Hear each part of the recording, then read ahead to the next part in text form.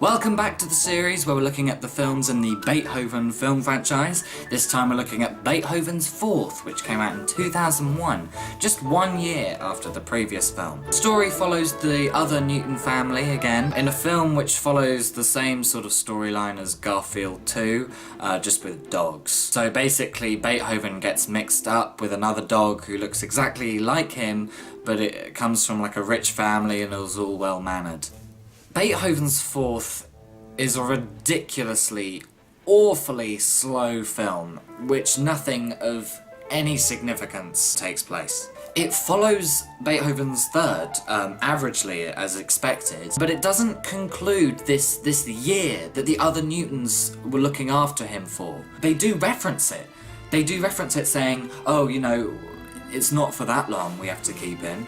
But we don't get to that point. So I'm sitting through the whole film thinking, oh, just give it back to the Newtons, and we don't actually see it. And it takes ages to introduce the antagonist, who doesn't even have, like, a strong motive. Even then, the reason for why the antagonist is doing what he's doing is only explained briefly in the last 5 minutes. I didn't find any joke in this film funny. The huge amounts of chaos and mass hysteria seem to occur from one tiny incident, such as like a person falling over a table. Again, the speeding up effect felt like it played in a bit more here, just like Beethoven's Third and Beethoven's Second. It's a stupid effect. Why would they do it? The music is by Philip Griffin, very generic soundtrack, not bad.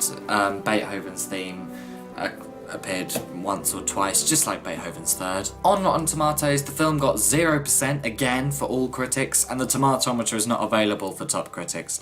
The audience score, however, is 28%, so it's better than Beethoven's Third, which I find quite surprising. As this film was a straight-to-DVD release, I have no information on the budget or how well this film did financially, but I can only assume that it can't have done too badly, as Beethoven's Fifth was just released 2 years later. Basically, we're halfway through. We're halfway through this series, and at the moment, it's not so bad that it's funny yet. The difference between this franchise and Home Alone is that these films actually have a storyline threading them all together. I'm still waiting for these Newtons to give back Beethoven to George and his family. I still want to find out why they had to stay there for another year on a business trip. So I'm not sure where it's gonna go next. I do know that the sixth film of this franchise reboots the character. So they have to conclude this storyline in the next film. They must.